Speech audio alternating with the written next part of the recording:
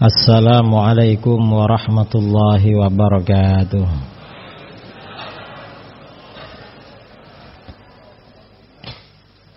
Bismillahirrahmanirrahim.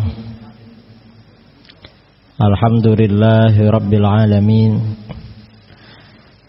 Lahul hamdu wa lahul fadlu wa lahul thana'ul hasan. Asyhadu an la ilaha illallah wahdahu la syarika lah. Wa asyhadu anna sayyidana Muhammadan abduhu wa rasuluh. Allahumma shalli ala sayyidina Muhammadin tibbil qulubi wa dawaiha wa afiyatil abadani wa shifaiha wa nuril absari wa diyaiha wa qutil arwahi wa ghidhaiha wa ala alihi wa sahbihi wa barik wa sallim. Amma ba'du. Para alim, para habaib, para asatid yang saya muliakan dan saya hormati, wabil khusus pimpinan Yayasan Perguruan Islam Asy-Syafi'iyah Ustadz Alwi Abdul Rashid Abdullah Syafi'i, yang saya hormati Al-Habib Abdurrahman Al-Habsyi, yang juga saya hormati Al-Ustaz Dr. Levi Fakhrul Afifi, yang juga saya hormati para ustadz-ustadz yang lain dari para asatid yang mengajar di perguruan Asy-Syafi'iyah ini, dan para jamaah kaum muslimin dan muslimat yang berbahagia, yang saya banggakan dan saya cintai. Saya berjumpa dengan Ustadz Alwi kira-kira 1 bulan yang lalu. Acara maulid di dekat sini, entah di mana namanya itu. Ya, akhirnya beliau ngajak saya ke sini, ke perguruan Asy-Syafi'iyah. Sebenarnya kalau ke Tebet sudah sering ke daerah sekitar Tebet sejak 2011 atau 12 dulu, sering ke Tebet. Jakarta juga. Dan memang tadi setelah pembacaan maulid kita bareng-bareng membaca akidah mujmalah, dan katanya itu sudah dari dulu, dan itu harus dibaca terus dan ditanamkan kepada masyarakat, terutama kepada generasi-generasi. Mengapa? Karena sekarang ini tantangan yang paling besar di akhir zaman ini adalah tantangan akidah.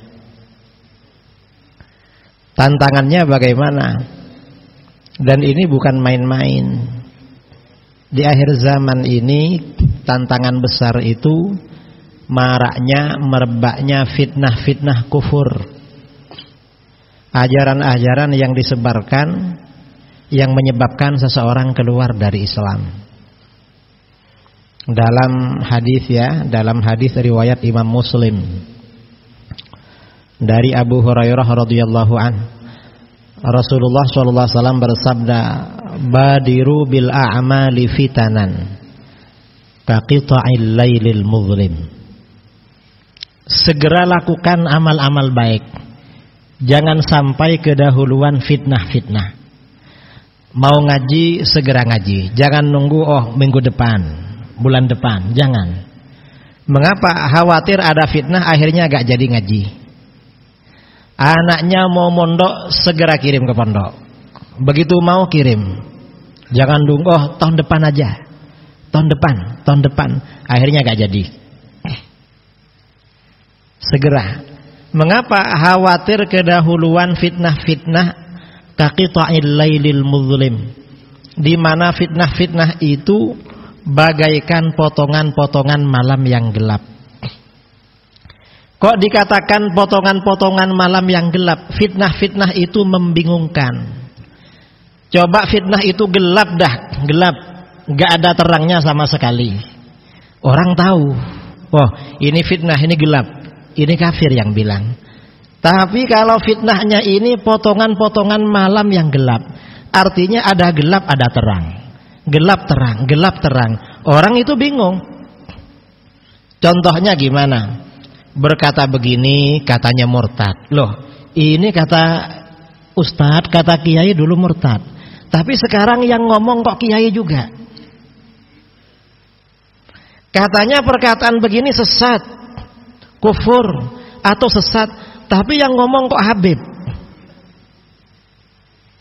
Katanya perkataan begini gak benar, tapi yang ngomong kok ustadz, yang ngomong istrinya kiai, yang ngomong pimpinan ormas, yang berbicara pejabat. Orang ini bingung. Ini namanya potongan-potongan malam yang gelap. Nah, stadium fitnahnya itu sampai level mana? Yumsir rajulu mu'minan wa yusbihu kafiran, wa yusbihu mu'minan wa yumsi kafiran. Seseorang sore hari masih mukmin, besok paginya berubah menjadi kafir. Akibat fitnah tadi, fitnah-fitnah itu. Ada yang pagi-paginya beriman, sorenya berubah menjadi kafir. Mengapa? Karena menjual akidahnya dengan fitnah. Dalam hadis tadi diterangkan selanjutnya ya, yabi'u ahadukum dinahu bi'aradin minad dunya. Salah seorang kamu menukar agamanya dengan sedikit benda dunia. Artinya ada yang bayar. Artinya apa? Orang-orang yang melontarkan perkataan-perkataan kufur, ada yang bayar itu. Ada yang bayar. Saya ini pernah beberapa waktu yang lalu, ada tokoh perempuan bilang jilbab gak wajib. Dapat beberapa hari putrinya jadi komisaris. Ada juga yang ngomong semua agama sama, lalu jadi ketua satpam. Sepertinya itu memang bayarannya. Ini fitnah. Dan kadang-kadang yang berbicara itu tokoh. Tokoh. Sudah dipanggil kiai, kadang dipanggil buya, dipanggil apa lagi? Ya dipanggil ustadz, ya macam-macam. Tokoh. Dipanggil Gus. Kalau Gus ini kan masih di bawahnya kiai kan.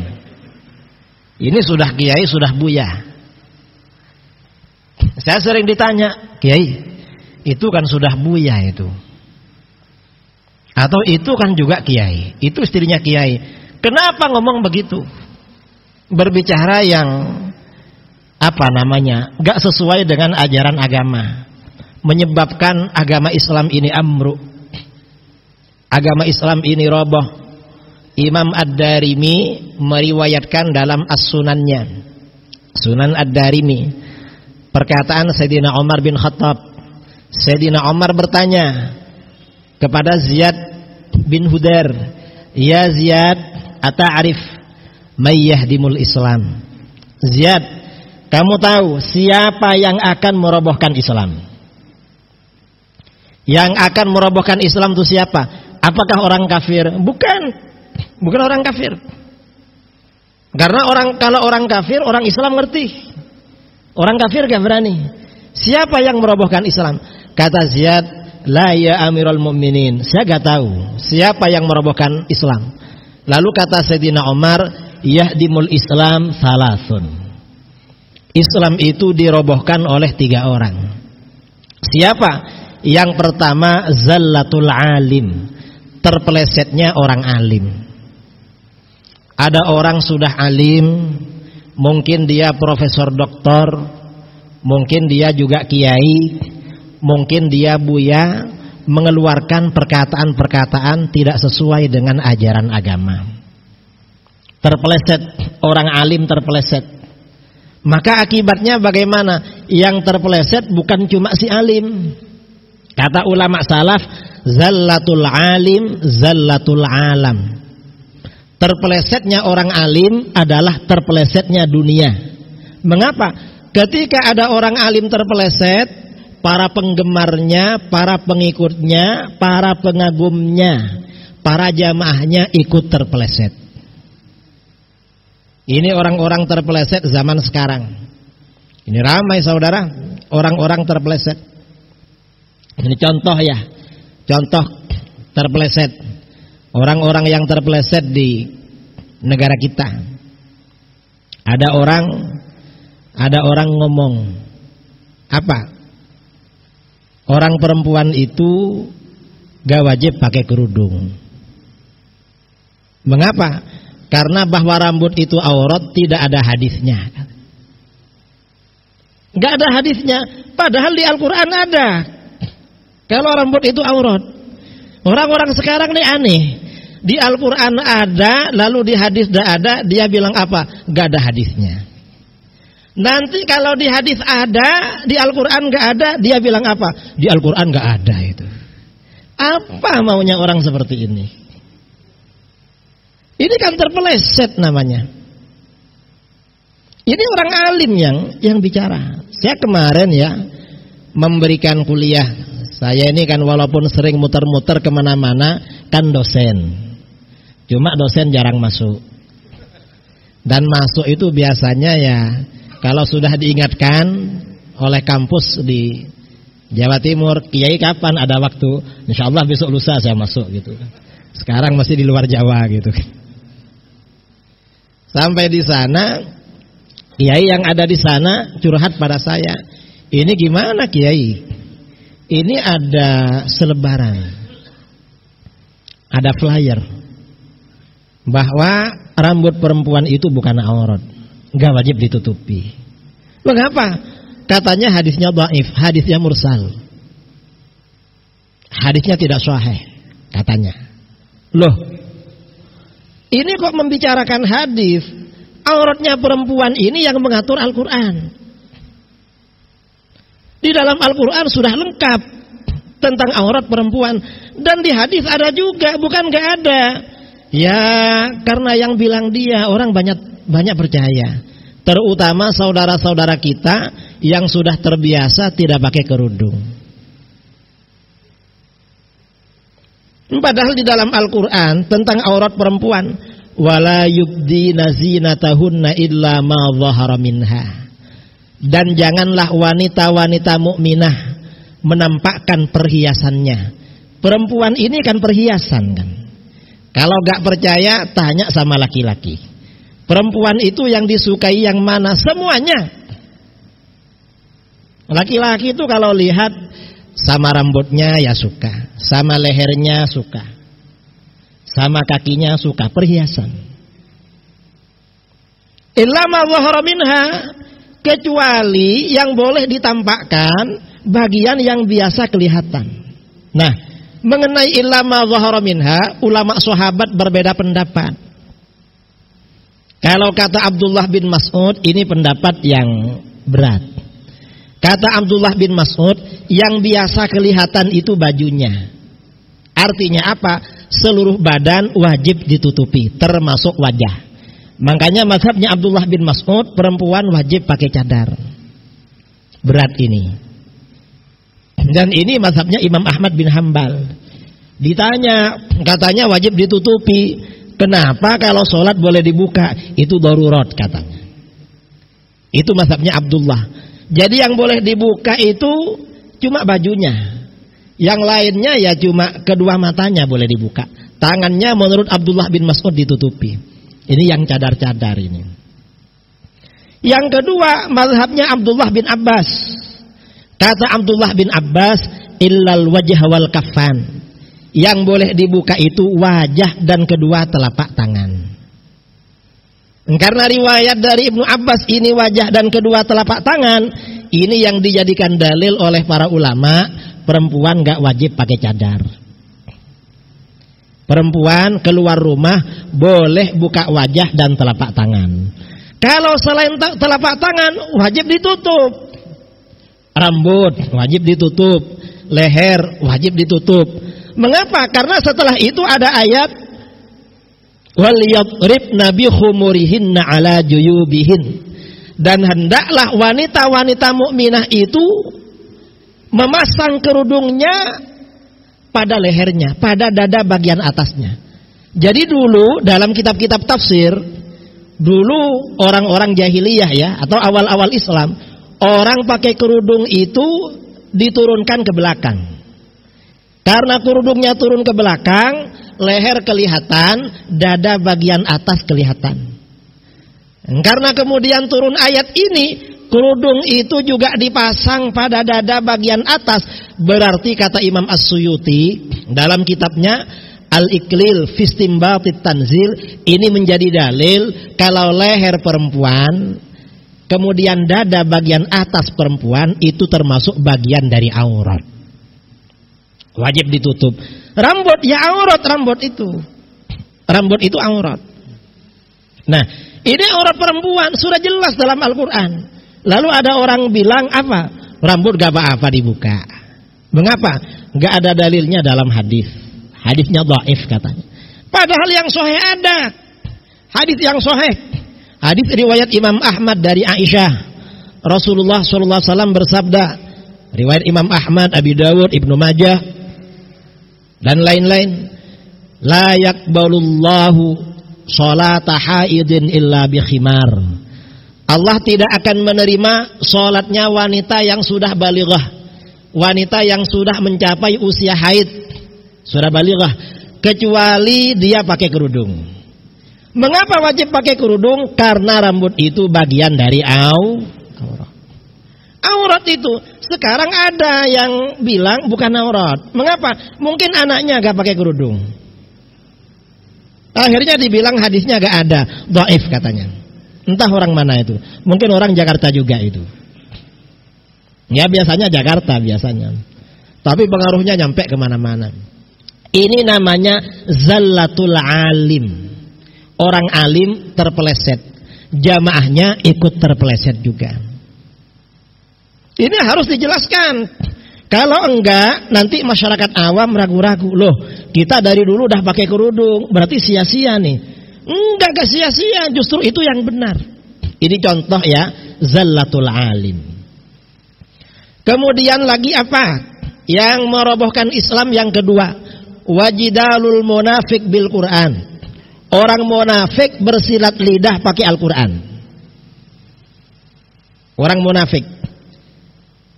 Apa maksudnya orang munafik bersilat lidah menggunakan Al-Quran? Dia ini membela ajaran yang tidak benar, dalilnya pakai Al-Quran. Nah, ini merobohkan Islam. Mengapa? Orang-orang yang awam akan terpengaruh dengan dia, karena dalilnya pakai Al-Quran. Ini contoh ya, di negara kita yang ramai dari dulu. Ini sudah umum. Di negara kita ini sejak dulu ada aliran namanya aliran kejawen atau aliran kebatinan. Biasanya ngajak tidak sholat. Kata kelompok ini bagaimana? Sholat itu gak perlu, yang penting ingat pada Allah. Mengapa yang penting ingat? Karena di dalam Al-Quran Allah berfirman, aqimis sholata lidzikri. Dirikan sholat untuk mengingat aku. Berarti kalau sudah ingat gak perlu sholat katanya. Ini kata orang ini. Nah, yang terakhir itu, yang berarti itu yang gak benar. Karena itu kesimpulan dia. Ayat ini perintah agar kita mendirikan sholat. Lalu di dalam sholat diperintahkan untuk khusyuk. Ingat kepada Allah. Apakah kalau sudah ingat gak perlu sholat? Ya enggak lah, tetap sholat.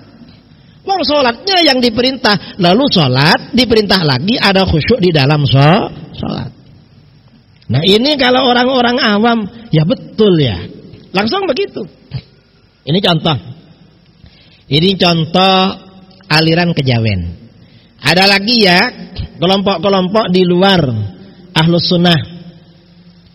Kelompok-kelompok di luar Ahlus Sunnah ini yang melarang orang bertawassul, melarang istighatsah, melarang tabarruk. Apa dalilnya? Pakai Al-Quran. Kata dia, waqalu ma na'buduhum illa liyuqarribuna ilallahi zulfa. Orang-orang musyrik ditanya, hai orang musyrik, mengapa kalian menyembah patung? Itu kan batu, gak ada gunanya. orang musyrik berkata, kami tidak menyembah berhala-berhala itu kecuali agar supaya berhala-berhala itu mendekatkan kami kepada Allah sedekat-dekatnya. Nah, ini kan sama dengan orang yang bertawassul, yang ziarah kubur, yang istighatsah. Dia bertawassul dengan para nabi, para wali agar didekatkan kepada Allah. Sama dengan orang musyrik. Berarti gak boleh, berarti syirik. Ini kalau orang awam langsung mensyirikkan orang. Loh, syirik itu. Jamaah Syafi'iyah itu syirik karena tawassul. Jamaah sana syirik. Mengapa? Ini dalilnya. Wa qalu ma na'buduhum illa liyuqarribuna ilallahi zulfa.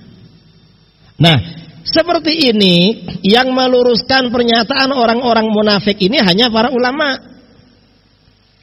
Gimana kata para ulama? Kata para ulama, itu namanya mempermainkan ayat Al-Quran. Mengapa? Orang musyrik itu dalam ayat itu memang menyembah kepada berhala. Ma na'buduhum, kami tidak menyembah, berarti mereka beribadah kepada berhala.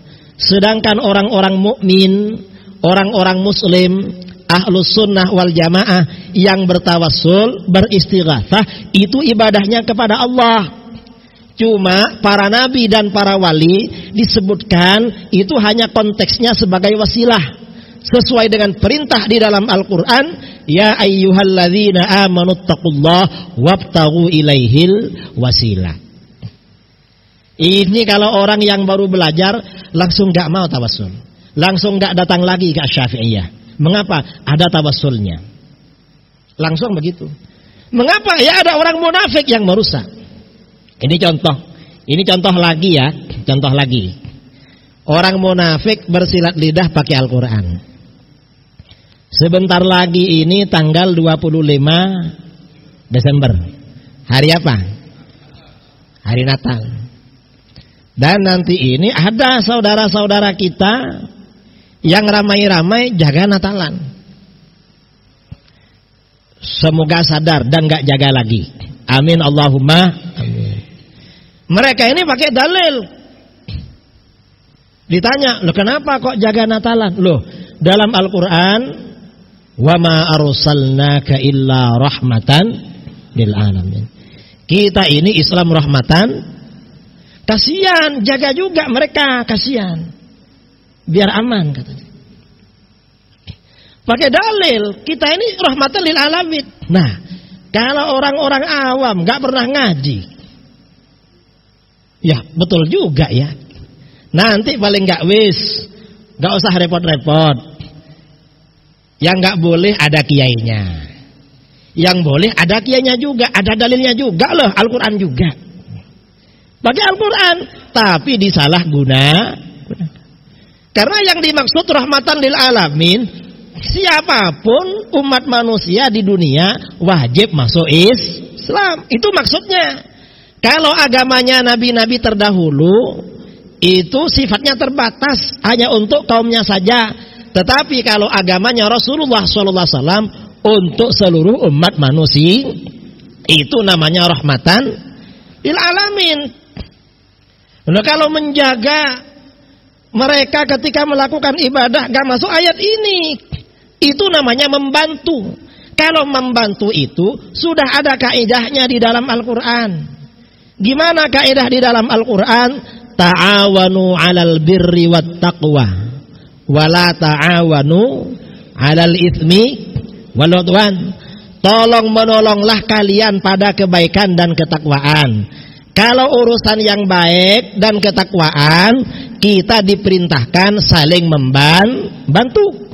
Ada pengajian di Asy-Syafi'iyah, dibantu, dijaga. Pokoknya yang baik-baik. Ketakwaan juga dibantu. Kemudian dalam ayat itu, dan jangan tolong menolong, jangan saling membantu pada perbuatan dosa dan permusuhan. Kalau perbuatan dosa gak boleh bantu. Contoh, ada kawannya mau berzina, jaga ya di depan pintu, biar gak ketahuan. Kira-kira dosa apa enggak? Dosa. Ada kawannya mau mencuri, saya mau mencuri, kamu jaga di gang sana, biar gak ketahuan. Dosa apa enggak? Ada orang mau melakukan kesyirikan, dijaga. Dosa apa enggak? Dosa, bukan rahmatan lil alamin namanya itu. Gak boleh. Tolong menolong itu memang ada kaedahnya. Ini dalil secara umum. Pokoknya yang maksiat, yang mungkar-mungkar gak boleh ditolong. Gak boleh. Membantu, menolong itu khusus kebaikan. Kalau kemungkaran gak boleh. Ini dalil umum. Kalau dalil khusus di dalam Al-Quran, Allah Subhanahu wa ta'ala berfirman, walladzina la yashhaduna az-zura wa idza marru bil lagwi marru kirama. Hamba-hamba Allah yang baik itu juga orang-orang yang tidak menyaksikan kepalsuan. Zur itu artinya kepalsuan, tidak menghadiri kepalsuan. Apa maksudnya tidak menghadiri kepalsuan zur? Dalam kitab-kitab tafsir diriwayatkan sebelum Madinah itu masuk Islam, masa-masa jahiliyah, di Madinah ada berhala namanya berhala zur. Setiap tahun orang-orang musyrik kumpul di situ menyembah berhala. Setelah Islam masuk ke Madinah, pada acara-acara ritual penyembahan berhala, sebagian orang Islam ada yang nonton. Akhirnya ditegur oleh Allah, walladzina la yashhaduna zur, gak menonton, gak menengok. Karenanya para ulama salaf kebanyakan mengatakan yang dimaksud tidak menyaksikan zur itu adalah la yahduruna a'yadal kufar, tidak menghadiri hari raya orang kafir. Mengapa gak menghadiri hari raya orang kafir?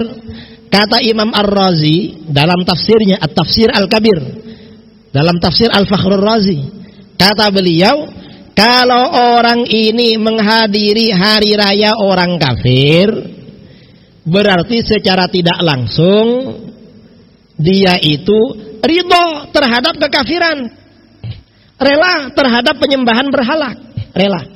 Sedangkan rela ridho terhadap kekafiran, warridha bil kufri kufrun, rela pada kekafiran hukumnya adalah kafir. Jadi gak boleh. Kemudian ayat berikutnya dikatakan, wa idza marru bil lagwi marru kiramah, dan apabila mereka melewati perkara yang tersia-sia, mereka melewatinya dengan menjaga kehormatan dirinya, menjaga kemuliaan dirinya. Para sahabat dulu setelah turun ayat ini, kalau melewati orang-orang sedang menyembah berhala, mereka di sebelah kanan, mereka biasanya berpaling ke arah kiri, gak mau melihat, gak mau. Mengapa? Menjaga kehormatan diri. Karena kalau menonton berarti tidak gak terhormat. Ini ajaran Al-Quran. Jadi gak boleh memang. Ini bukan apa-apa. Ya masalah penjagaan biar aman, biar mereka sendiri yang jaga. Mereka kan juga punya anggota. Kita juga acara apa ya kita menjaga punya sendiri. Dan insya Allah kita gak ganggu mereka. Umat Islam insya Allah tidak ganggu. Yang ganggu itu namanya kelompok teroris. Kita bukan teroris, gak ganggu kita. Gak perlu. Ini contoh ya.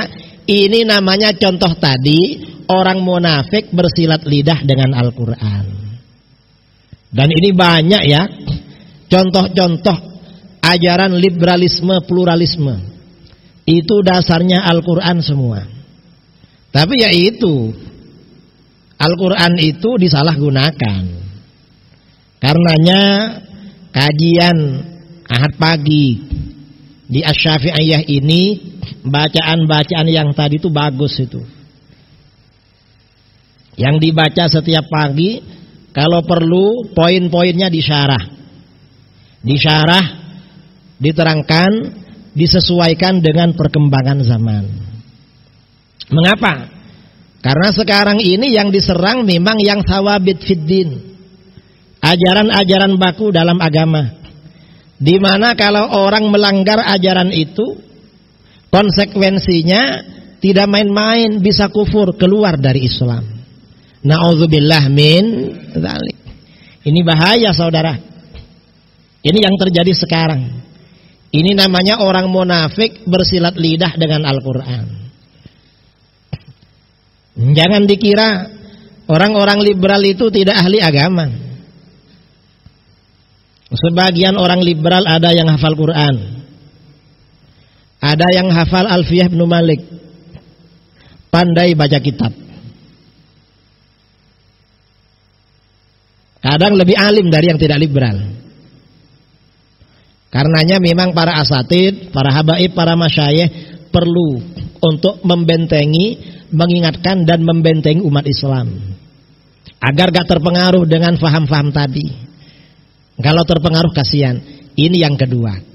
Kemudian yang ketiga, yang juga merobohkan Islam, kata Sayyidina Umar, wa hukmul a'immatil mudillin, produk hukum para pemimpin yang menyesatkan.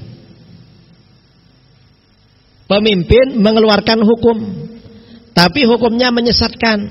Ini merobohkan Islam. Mengapa Islam meroboh? Akhirnya orang ikut. Ini pemimpin apa?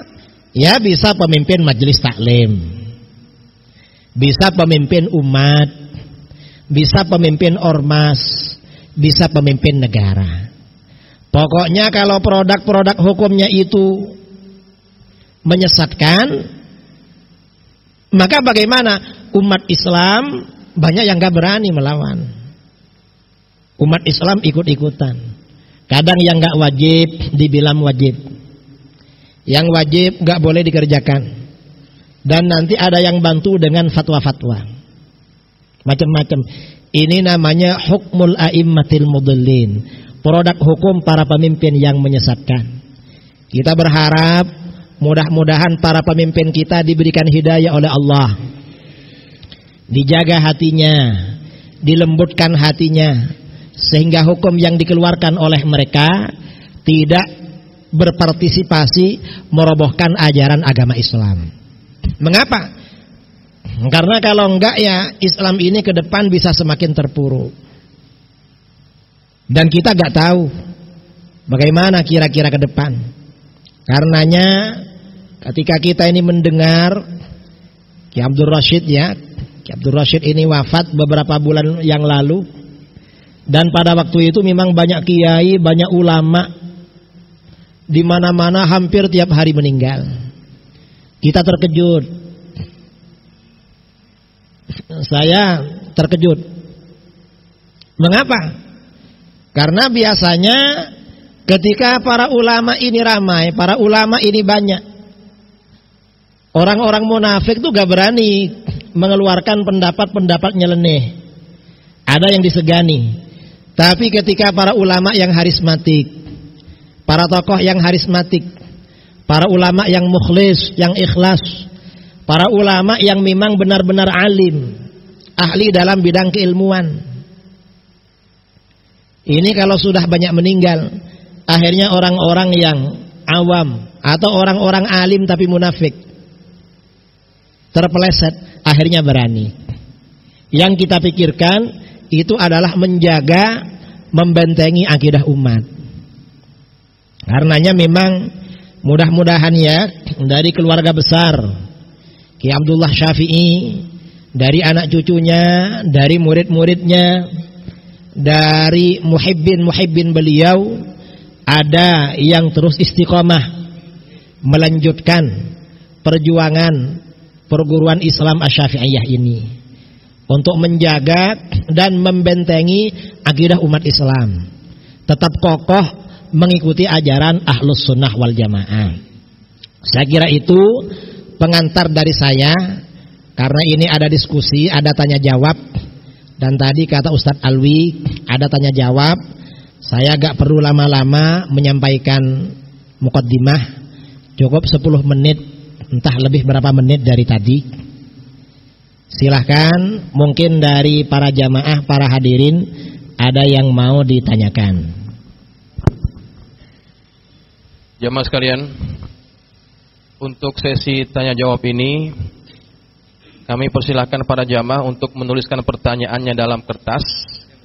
Kemudian sudah ada. Nanti dikumpulkan, akan dibacakan dan akan dijawab oleh guru kita.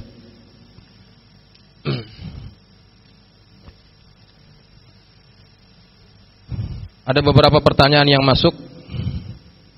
Yang pertama, mensikapi toleransi agama yang sudah kebablasan akhir-akhir ini, seperti salawat di rumah ibadah non-muslim, himbauan muslim untuk mengucapkan Natal dan sebagainya.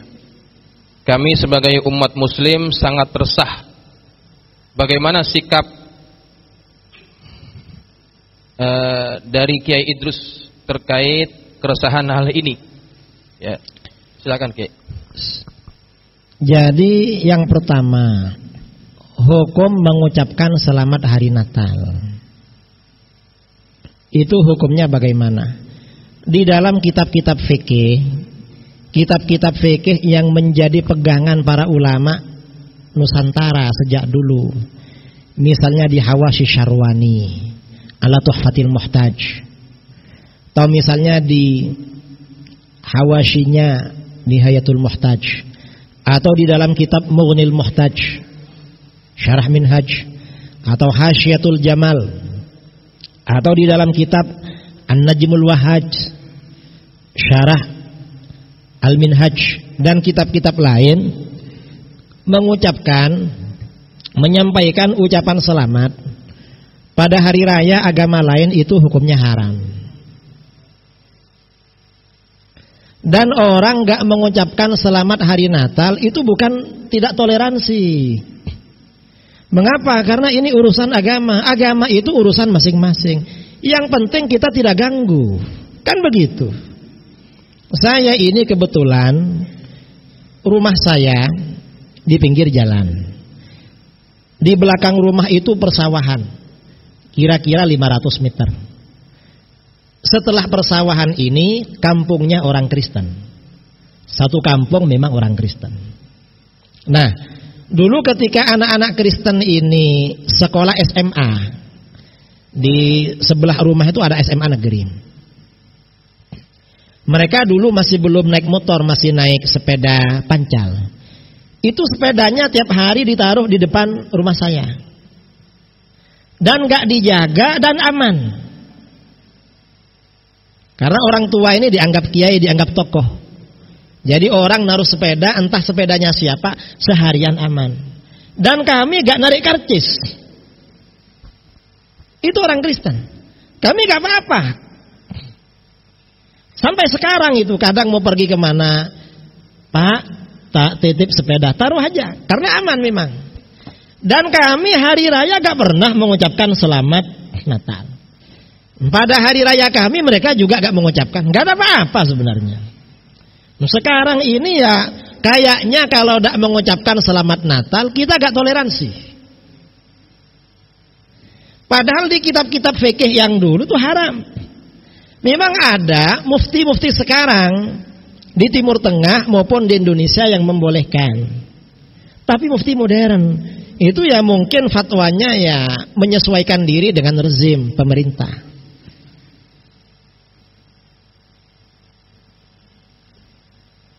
Nah, kalau alasan kami gak boleh, ya, para ulama menyatakan haram sebenarnya sudah cukup.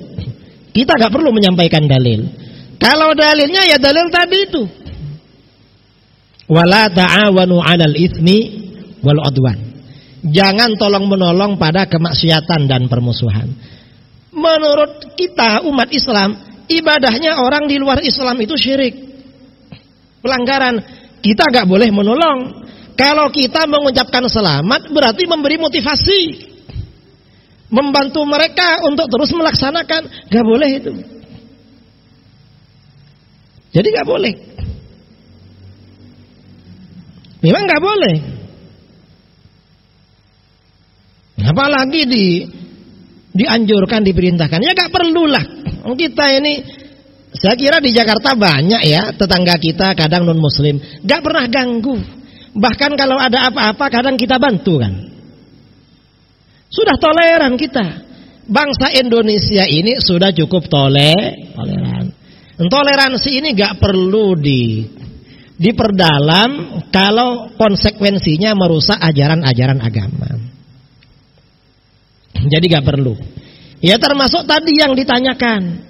Katanya nanti hari Natal grup sholawatan masuk gereja. Ya gak boleh juga itu, karena meramaikan syiar mereka, itu urusan mereka. Memang di dalam hadis ya sabda Rasulullah sallallahu alaihi wasallam, la tattabi'anna sunana man qablakum shibran bi shibrin wa dhira'an bi dhira'in. Kamu benar-benar akan mengikuti jalan hidup orang-orang sebelum kamu, sejengkal demi sejengkal, sehasta demi sehasta, akan ikut. Para sahabat bertanya, al Yahud wa Nasara ya Rasulullah, apakah mereka Yahudi Nasara hai Rasulullah? Rasulullah menjawab, faman, siapa lagi? Ini ikut sejengkal demi sejengkal. Awalnya mengucapkan selamat ya, selamat Natal. Setelah mengucapkan selamat, lama-lama partisipasi ikut menjaga. Menjaga merasa belum cukup. Akhirnya bagaimana? Bawa tim hadroh masuk ke gereja. Memang sedikit demi sedikit. Dan nanti ya ikut menyembah juga itu. Na'udzubillah min. Itu bahaya saudara. Gak boleh seperti itu. Ya kalau baca sholawat ya di masjid. Ya mereka biar baca zikirnya sendiri, zikir ala mereka. Gak usah punya kita diangkut ke sana. Kok masjidnya sepi? Kok malah meramaikan tempat mereka? Kalau mau buka pengajian taklimnya ke sini, jangan ke sana. Ini bolak-balik sekarang ini. Ya kalau menurut kita nggak boleh seperti itu, nggak boleh. Itu namanya toleransi, tapi keterlaluan, kebablasan. Kita ini nggak apa-apa bermuamalah ya, berinteraksi dengan saudara kita yang beda agama, saudara sebangsa, nggak apa-apa. Kadang kita bekerja, kadang membeli ke tokonya, gak apa-apa seperti itu. Memang boleh. Tapi kalau urusan agama ya beda urusannya. Jangan dirubah. Saya kira itu tanggapan saya. Di kitab-kitab fikih ya seperti itu. Baik, pertanyaan yang kedua dari Haji Zainuri. Beliau bertanya, bagaimana pengertian ahli sunnah wal jamaah yang sebenarnya? Mungkin karena akhir-akhir ini banyaknya mengklaim ya, mereka itu ahli sunnah wal jamaah. Silakan Kiai. Ahli sunnah wal jamaah itu artinya golongan yang mengikuti sunnah dan mengikuti jamaah. Sunnah itu artinya apa? Sunnah itu bisa diartikan sunnah Rasul. Karena ini diambil dari hadis, innahu may ya'ish ba'di fasayara ikhtilafan katsira. Siapa yang hidup sepeninggalku akan melihat banyak terjadi perpecahan, banyak perbedaan pendapat. Kalau perbedaan gak ada, ketika umat Islam Indonesia dulu ya, sebelum kemerdekaan atau 100 tahun menjelang kemerdekaan, umat Islam Indonesia ini semuanya Syafi'iyah.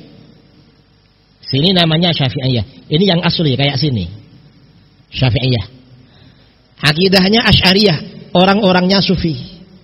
Umat Islam gak bingung karena satu visi, satu misi, satu aliran.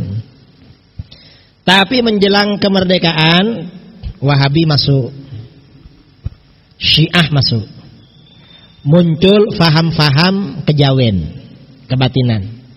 Itu dulu. Ada 3 aliran dulu menjelang kemerdekaan. Setelah kemerdekaan ada berapa?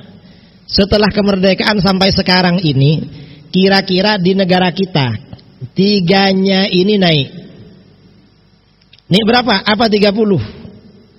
Bukan. Apa 300? Bukan. Berapa? Kira-kira di negara kita ada 3.000 aliran.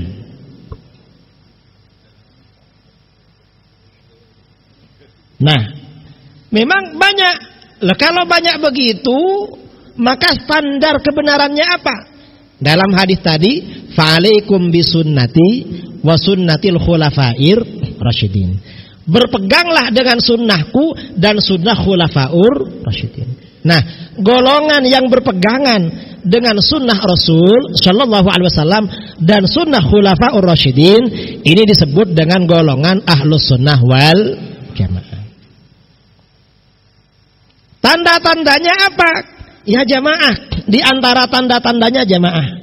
Apa yang dimaksud jamaah? Jamaah di sini maksudnya as-sawadul a'zam, golongan mayoritas. Karena golongan mayoritas umat Islam ini masih konsisten, istiqomah dalam ajaran ahlus sunnah wal jamaah. Mengapa mayoritas? Karena jamaah itu kekuatan orang banyak.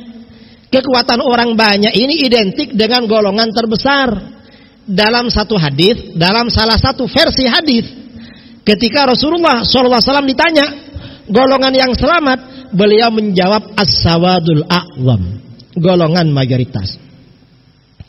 Karenanya kita ini perlu menjaga eksistensi golongan mayoritas umat Islam, dan itu adalah ahlus sunnah wal jamaah. Mayoritas yang dulu ya. Karena sekarang ini ada yang ngaku-ngaku mayoritas, tapi gak mayoritas sebenarnya. Siapa? Yaitu kelompok Islam Nusantara, disingkat dengan INUS, atau aliran Nusantara, singkatannya. Itu bukan mayoritas karena penyimpang itu. Nah, kalau secara simpel ahlus sunnah wal jamaah itu di dalam fikih mengikuti salah satu mazhab yang 4. Hanafi, Maliki, Syafi'i, Hambali. Sini Syafi'i. Makanya Syafi'iyah itu. Indonesia ini Syafi'iyah sama dengan ini. Di dalam akidah mengikuti salah satu 2 mazhab, Asy'ariyah, Maturidiyah. Syafi'iyah identik dengan Asy'ariyah. Dan orang-orangnya sufi, tasawufnya mengikuti Imam Junaid al-Baghdadi. Ini yang disebut dengan faham ahlus sunnah wal jamaah. Di luar ini berarti bukan ahlus sunnah wal jamaah. Saya kira itu.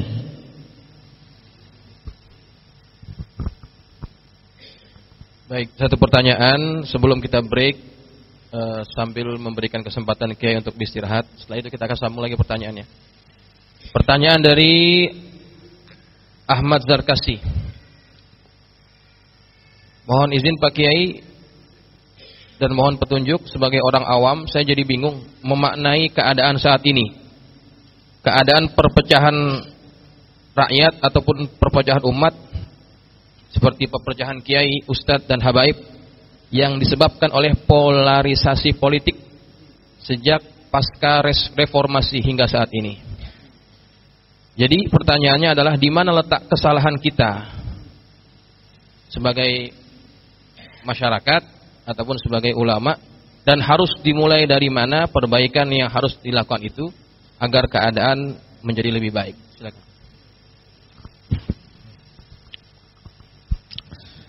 Di akhir zaman seperti sekarang ini, perpecahan ramai dan bisa jadi ke depan tambah ramai. Maka sikap kita bagaimana? Sikap kita menghadapi polarisasi seperti ini, yang pertama, seperti diriwayatkan di dalam hadis Ibnu Majah dari Abu Umamah, ketika fitnah-fitnah kufur itu merebak, fitnah-fitnah seperti tadi merebak, maka bagaimana? Yang selamat siapa? Illa man ahyahullahu bil ilmi, kecuali orang-orang yang dihidupkan oleh Allah dengan ilmu. Artinya senang ke majelis ilmu. Karenanya kunci yang pertama, masyarakat ini senantiasa bersama para ulama. Tentunya para ulama yang lurus. Jangan ulama yang terpeleset. Ya, ulama-ulama yang lurus ini. Jadi harus seperti itu. Kita harus mengikuti ilmu. Terutama ilmu-ilmunya ulama yang fatwanya sama dengan ulama-ulama dulu. Itu yang diikuti. Kalau ada fatwa-fatwa aneh, gak sama dengan fatwa guru-guru kita dulu, jangan diikuti. Khawatir ini bagian dari orang alim yang terpeleset. Ini kok gak sama dengan Ki Abdul Rashid. Ini gak sama dengan Ki Abdullah dulu, Ki Abdullah Syafi'i. Jangan-jangan terpeleset ini. Harus seperti itu. Ini yang pertama. Yang kedua, kita ini perlu memperkuat ukhuwah Islamiyah. Ukhuwah Islamiyah. Ukhuwah Islamiyah ini perlu kita perkuat. Kalau ada saudara kita memusuhi kita, kita doakan kepada Allah. Mudah-mudahan hatinya diberikan kesadaran. Kita jangan terbawa. Kadang-kadang memang ada bagian-bagian dari bangsa, bagian-bagian kecil dibuat untuk menyulut permusuhan. Kita jangan terbawa, jangan terpengaruh. Karena itu diinginkan oleh sebagian orang. Kita jangan. Kita perlu memperkuat jalinan ukhuwah Islami. Ya. Itu perlu diperkuat. Jangan sampai umat Islam ini lebih pecah lagi. Yang terpecah kita biarkan sambil menunggu dulu nanti mereka kembali lagi. Kemudian yang ketiga, masalah politik. Masalah politik ini jangan disamakan dengan masalah akidah. Yang politik itu selesai ya selesai lah. Yang penting nanti kalau ada pilihan, kita pilih yang paling baik. Pilih yang baik. Selesai ya udah. Harus selesai memang. Sebenarnya kita ini selesai. Orang lain kita sebenarnya yang belum selesai itu. Kita ini sering diobok-obok lah. Tapi gak apa-apa, kita sabar memang. Akhir zaman ini butuh ekstra kesabaran. Jadi yang penting kuncinya itu. Kemudian juga di akhir zaman ini banyak berdoa pada Allah. Banyak ngumpul-ngumpul untuk berdoa. Karena di akhir ya istighatsah ya. Di sini kan rutin kan. Rutin di sini.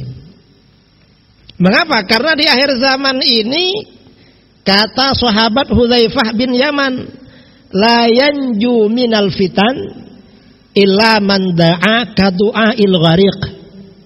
Tidak akan selamat dari fitnah kecuali orang yang berdoa seperti doanya orang yang karam.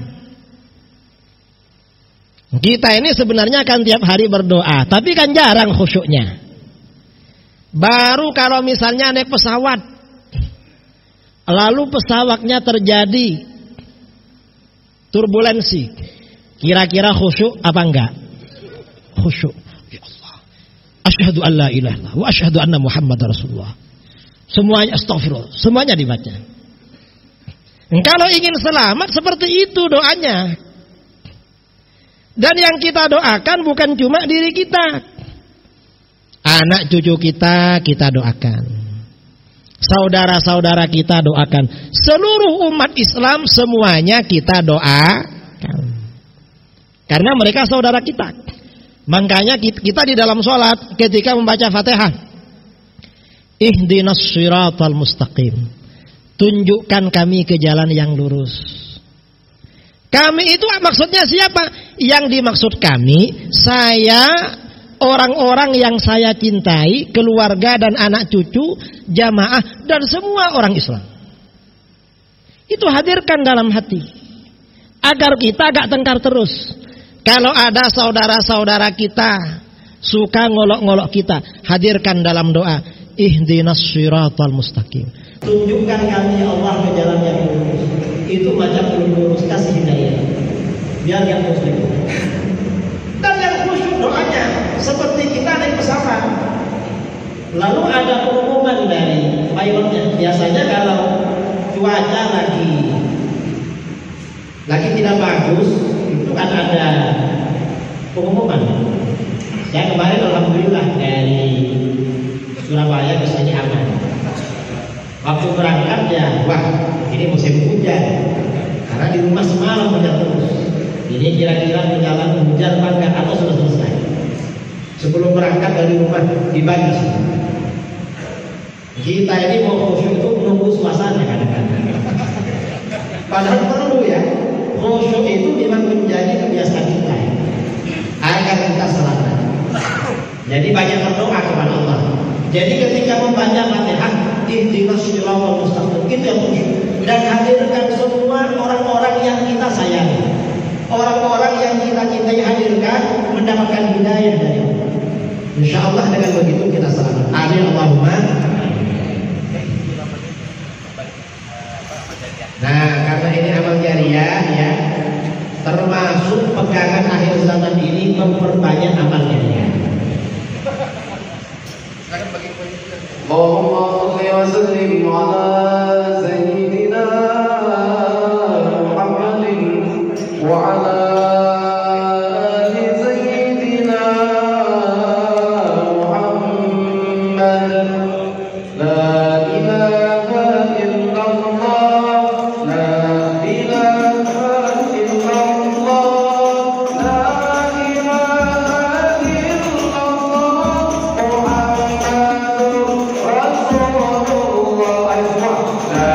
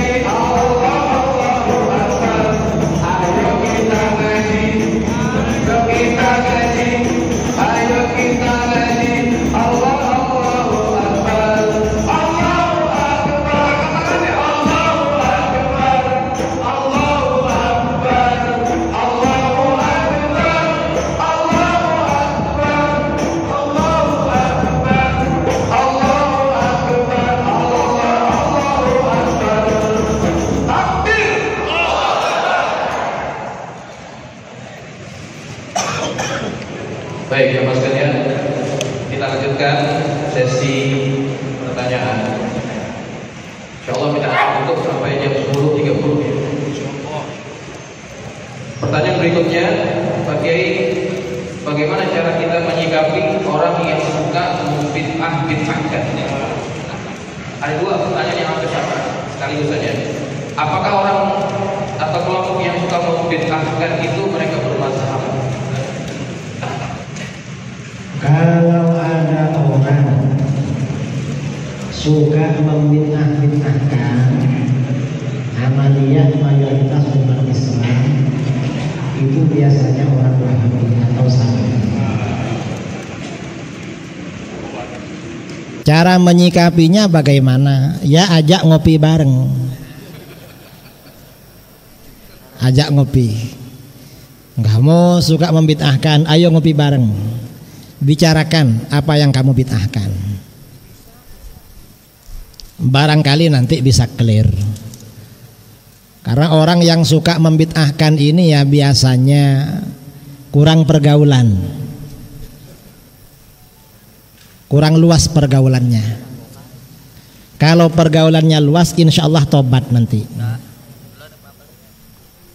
Saya ini beberapa kali ngisi acara di daerah di Jawa Tengah. Pesertanya para asatid mantan Salafi. Dan rata-rata mereka sudah tobat. Mengapa? Karena mau gabung, mau ketemu. Mereka ini kan mau membid'ahkan, gak tahu alasan kita itu apa, dasar kita apa.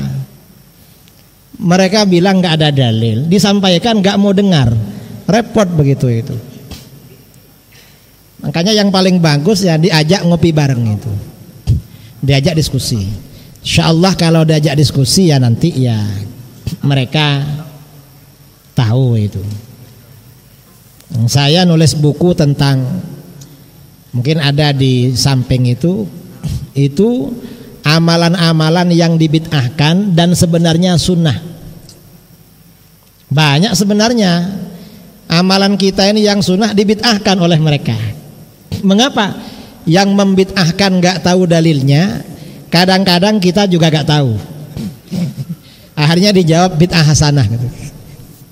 Padahal kadang-kadang justru sunnah juga itu. Saya kira itu. Ada lagi?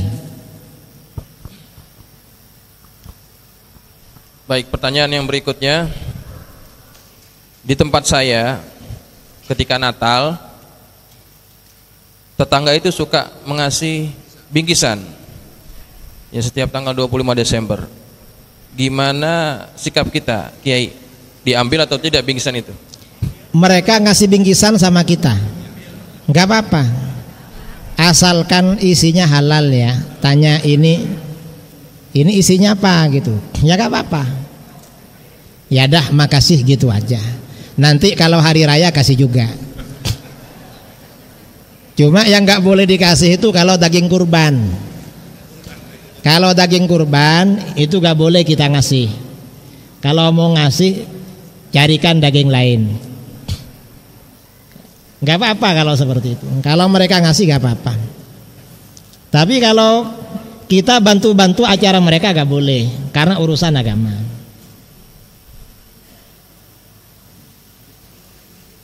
Pertanyaan yang terakhir ya, yang sampai di tangan saya.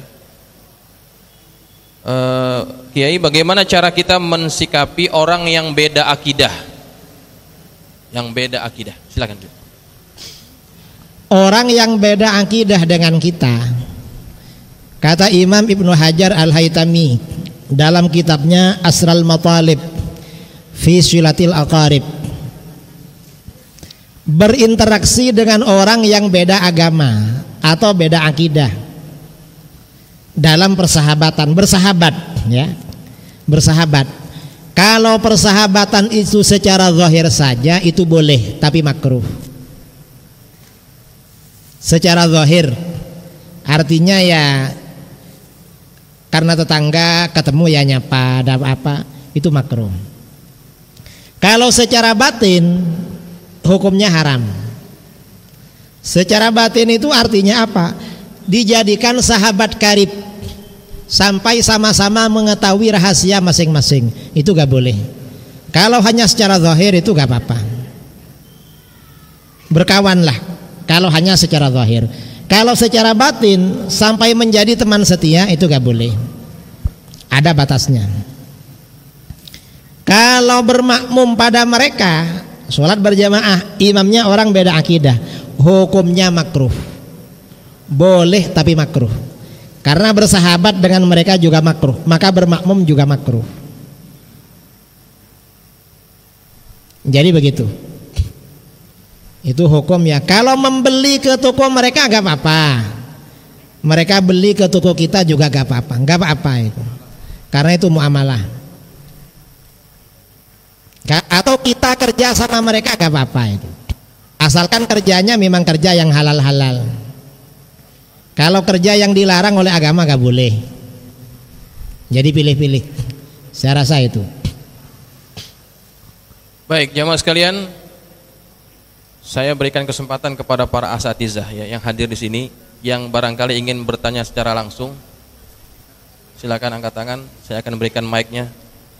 Baik, Ustadz Iin Indrawan, silakan. Assalamualaikum warahmatullahi wabarakatuh. Terima kasih atas kesempatan yang telah diberikan. Pak Kiai, mohon izin, tadi telah menyebutkan tentang satu kelompok yang disebut dengan Islam Nusantara. Kami kelihatannya perlu lebih jauh mengetahui sebetulnya seperti apa itu Islam Nusantara, karena kebetulan di wilayah kami sekarang ini lagi ramai antara guru-guru dan perpecahan karena akibat Islam Nusantara. Terima kasih.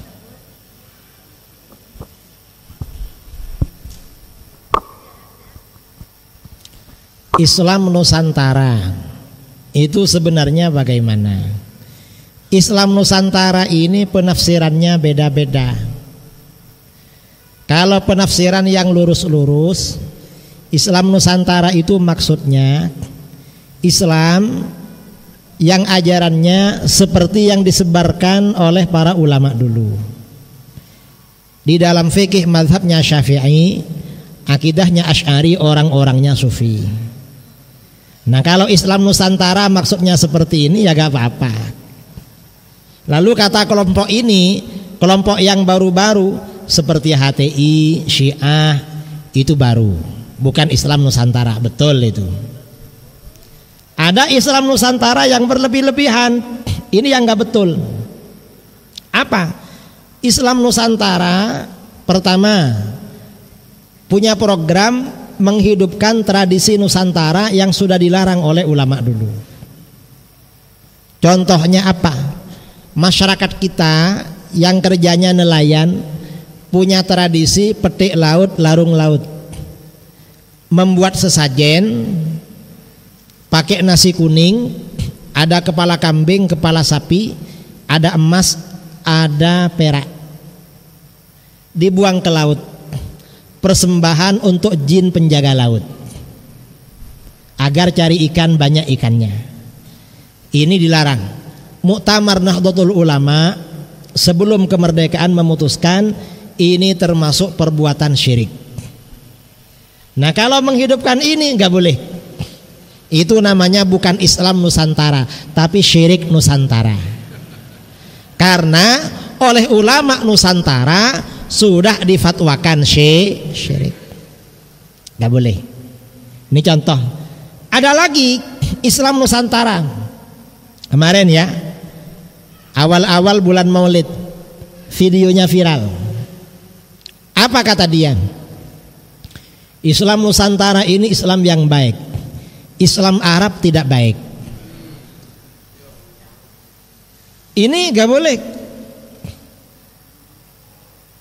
Dan kata para ulama kita dalam kitab-kitab fikih, misalnya dalam kitab Rawdatul Talibin Imam Nawawi, atau dalam kitab Al-I'lam Biqawatil Islam karangan Imam Ibnu Hajar Al-Haytami, atau dalam kitab Asy-Syifa bi Ta'rifi Huquqil Mustafa karangan Al-Qadhi Iyad, orang memaki-maki Arab kalau secara mutlak itu hukumnya murtad. Kalau bilang orang Arab gak baik, kalau secara mutlak murtad.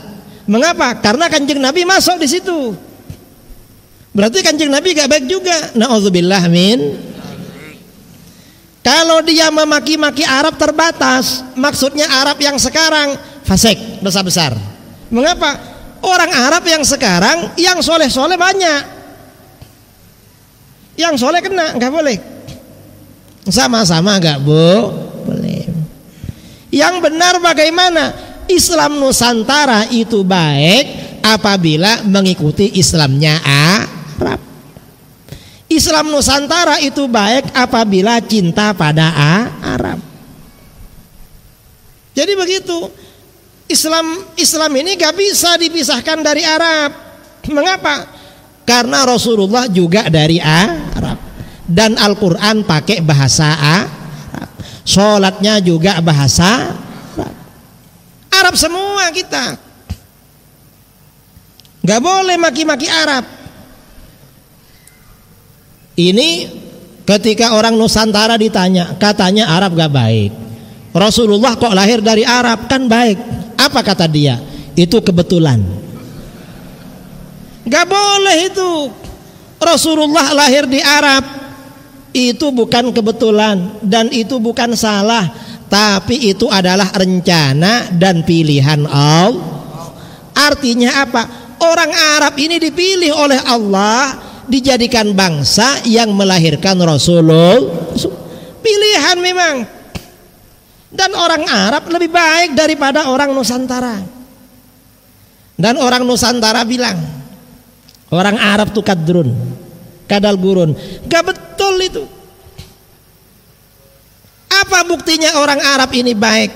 Dalam akidah Ahlus Sunnah wal Jamaah, dalam akidah Islam, sifat wajib seorang nabi itu ayyakuna akmalan nas. Harus manusia paling sempurna. Sempurna apanya? Apa saja yang berkaitan dengan beliau. Akhlaknya paling sempurna, kemudian fisik dan penampilannya juga paling sempurna. Nah, karena para nabi ini lahir paling sempurna. Para nabi rata-rata lahirnya di Timur Tengah. Belum ada riwayat nabi lahir di Nusantara. Mengapa? Orang Nusantara kalah saing dengan orang Timur Tengah. Kalah memang. Kalah. Dan orang Timur Tengah memang lebih ganteng daripada orang Nusantara. Ini wajib memang di dalam Al-Quran, di dalam hadis ya. Ini hadis yang biasanya di khutbah Jumat. Innallaha astafa Kinanata min bani Ismail. Allah memilih suku Kinanah dari keturunan Nabi Ismail. Setelah anak cucu Nabi Ismail ini ramai, suku Kinanah yang dipilih oleh Allah, orang-orangnya berintegritas, diakui, orang-orangnya disegani dan berwibawa. Itu Kinanah. Wastafa min Kinanata Quraisyan. Setelah anak cucu Kinanah ini ramai, Allah memilih suku Quraisy. Orang Quraisy ini orang-orangnya berintegritas, disegani dan berwibawa. Makanya di dalam Al-Quran turun surat namanya surat Quraisy. Surat Nusantara gak ada. Yang ada surat Quraisy. Li'ilafi Quraisy ilafihim rihlatash syita'i was-shaif falya'budu rabb hadzal bait alladzi at'amahum min ju' wa amanahum min khauf. Karena kebiasaan orang Quraisy, kebiasaan mereka melakukan perjalanan pada waktu musim dingin dan musim panas. Musim dingin mereka ke Syam, musim panas ke Yaman untuk berdagang. Falya'budu rabb hadzal bait. Hai orang Quraisy, sembahlah Tuhannya Baitullah ini. Siapa? Yaitu Allah. Mengapa orang Quraisy diperintahkan menyembah Allah? Alladzi at'amahum min ju'. Allah memberi makan mereka dari kelaparan. Ketika suku-suku lain dilanda kelaparan, orang Quraisy gak lapar. Mengapa? Orang-orang Arab dari mana-mana datang ke Baitullah menunaikan ibadah haji. Dagangan orang Quraisy laris manis. Orang Quraisy kaya-kaya. nggak lapar, dijaga oleh Allah. Wa amanahum min khauf, Allah memberi aman Quraisy dari ketakutan. Ketika suku-suku Arab yang lain ketakutan, di Arab itu kalau satu suku kelaparan, suku sebelahnya diserbu. Malam-malam orang Arab bepergian, dirampok, hartanya diambil. Tetapi orang Quraisy aman. Suku-suku Arab gak berani nyerbu. Kalau orang Quraisy bepergian, malam hari dicegat oleh rampok. Ditanya, serahkan hartanya. Orang Quraisy jawab, maaf, kami penduduk tanah suci, penjaga Ka'bah, penjaga Baitullah, kami keluarga Quraisy, perampoknya gak berani. Mengapa? Segan. Itu suku Quraisy. Bangsa kita gak disegani, saudara. Kita ini dijajah oleh Belanda berapa puluh tahun,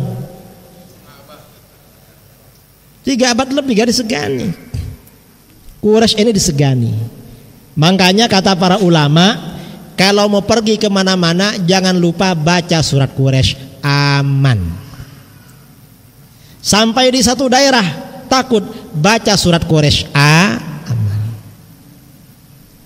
Begitu yang dibaca. Ini Quraisy. Lalu setelah Quraisy ini ramai anak cucunya, wastafa min Quraisyin Bani Hashim, Allah memilih keluarga Bani Hashim dari Quraisy. Bani Hashim ini paling berwibawa, bangsawan paling tinggi di Mekah. Makanya ketika Abrahah akan menghancurkan Ka'bah, yang ditemui Abdul Muttalib bin Hashim, kakeknya Rasulullah SAW, orang paling berwibawa. Itu Quraisy. Wastafani min Bani Hashim, Allah memilih aku lahir dari keluarga Bani Hashim. Fa ana khiyarun min khiyar, aku ini yang terbaik dari golongan yang terbaik. Aku ini pilihan dari golongan yang terpilih. Artinya apa? Bangsa, suku yang melahirkan Rasulullah adalah golongan terpilih. Berarti kalau begitu Arab ini memang pilihan. Ini yang terakhir ya, karena ini Habib Abdurrahman sudah datang ini. Saya ini dulu pernah tinggal di Eropa. Sebelum berangkat ke Eropa, kawan-kawan bilang ke Inggris, Ustadz, apa? Nanti kalau sampai di Inggris, kalau di jalan nanti jumpa dengan 5 orang cewek, yang cantik 6 orang. Loh kok gitu? Yang 5 orang itu cantik, bayangannya juga cantik. Itu di Inggris. Dan betul saudara, begitu mendarat di London, masuk bandara terkejut, beda dengan Jakarta ini. Kalau di Indonesia ada 10 orang, cari yang cantik dipilih. Kadang yang cantik 2, kadang 3, kadang cuma 1 itu. Kalau di sana cantik semua. Nah, kebetulan kita tinggal di kampus orang Pakistan. Pelajar banyak dari Pakistan, dari India, dari Arab. Lama-lama kawan-kawan bilang, Gus, apa? Ternyata orang Inggris kalah dengan orang Pakistan dan India. Diperhatikan betul memang. Wah, kalah ya. Karena Pakistan, India ini tetangganya Arab. Lama-lama dibandingkan lagi, Gus, ternyata India Pakistan kalah sama Arab. Masih lebih bagus orang Arab. Pantesan Kanjeng Nabi lahir di Arab. Bagus memang Arab. Artinya apa? Arab itu jangankan pakai dalil, pakai selera itu unggul saudara. Apalagi pakai dalil. Lah terus orang Nusantara bilang Arab kadrun, kadal gurun. Enggak betul itu. Mengapa? Kadal itu enggak pakai baju. Orang Arab sejak masa jahiliyah pakai baju, yang perempuan pakai kerudung. Dan orang Arab ini bajunya lengkap. Sampai-sampai karena fanatik pada baju, orang Arab yang sombong-sombong, sombongnya itu diekspresikan dengan baju yang dibuat menjuntai di bawah mata kaki. Makanya begitu Rasulullah diutus ditegur, man jarra thawbahu khuyala dakhalan nar. Siapa yang membuat bajunya, gamisnya, sarungnya menjuntai di bawah mata kaki karena sombong, masuk neraka. Itu orang jahiliyah dulu. Orang jahiliyah yang sombong, bajunya di bawah mata kaki. Kalau orang Asy-Syafi'iyah pakai sarung di bawah mata kaki, nggak apa-apa itu. Mengapa? Karena itu tidak sombong. Mengapa gak sombong? Sarungnya sarung wadimor. Wong sarungnya wadimor, harganya 60.000. Apanya yang sombong itu? Gak ada yang melirik itu. Itu jahiliyah. Ini orang-orang salafi ngawur. Akhirnya mereka bikin sarung, celana, cingkrang separuh betis. Gak ngerti sama hadis. Makanya Imam Abu Hanifah ditanya, gimana Imam, kalau gamis kita di bawah mata kaki haram? Gak haram. Mengapa gak haram? Kita ini gak sombong dengan itu. Itu orang jahiliyah.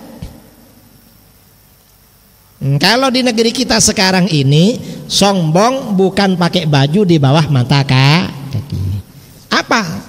Sekarang ini yang sombong justru di atas mata kaki. Itu yang sombong. Mengapa? Ya memang bajunya ya tidak isbal, tapi otaknya isbal. Itu lebih bahaya. Nah artinya apa? Orang Arab dibilang kadron gak cocok, karena mereka memang pakai baju. Yang gak pakai baju itu orang Nusantara. Bangsa kita itu dulu bajunya yang perempuan hanya di bawah pusar, pakai karung atau pakai apa ke bawah itu. Yang laki-laki itu pakai koteka. Yang depan itu pakai koteka besar, tarik ke atas. Kotekanya besar. Mengapa? Mungkin biar dikira punya dia besar. Padahal miliknya kecil itu. Dan kita ini bukan anaknya kadal, tapi kita ini anak manusia. Ya. Jangan bilang kadal lah, gak boleh begitu itu. Itu gak boleh. Saya rasa itu ya pertanyaan yang tentang Islam Nusantara itu. Saya kira itu karena ini waktu sudah habis ya. Waktu sudah habis. Waktu saya kembalikan kepada saudara moderator ini Habib Abdurrahman Al-Habsyi. Baru datang, mudah-mudahan beliau panjang umur, sehat walafiat. Amin Allahumma amin. Kurang lebihnya mohon maaf. Assalamualaikum warahmatullahi wabarakatuh.